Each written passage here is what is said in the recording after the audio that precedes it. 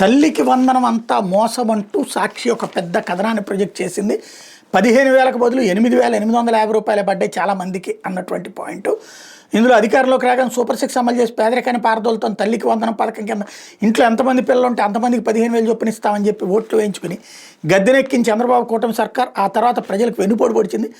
ప్రధానంగా తల్లికి వందనం పథకం గురించి చంద్రబాబు, లోకేష్ సహా టీడీపీ శ్రేణులు ఊరూరా ఇంటింటా ఊతరగొట్టే అధికారం చేపట్టాక తొలి ఏడాది ఈ పథకాన్ని అమలు చేయకుండా మోసం చేయడం ఒక ఎత్తు అయితే, రెండో ఏడాది అరకొరగా అమలు చేస్తూ చాలా గొప్పగా అమలు చేసామని డప్పు కొట్టుకోవడం పైన లబ్ధిదారులు మండిపడుతున్నారు. తల్లికి వందనం పథకం కింద ఒక్క విద్యార్థికి 15,000 చొప్పున ఇస్తామని చెప్పి అమలు దశకు వచ్చేసరికి 13,000 అన్నారు. వివిధ సాకులు చూపి ఏకంగా 30 లక్షల మందికి ఎగ్గొట్టారు.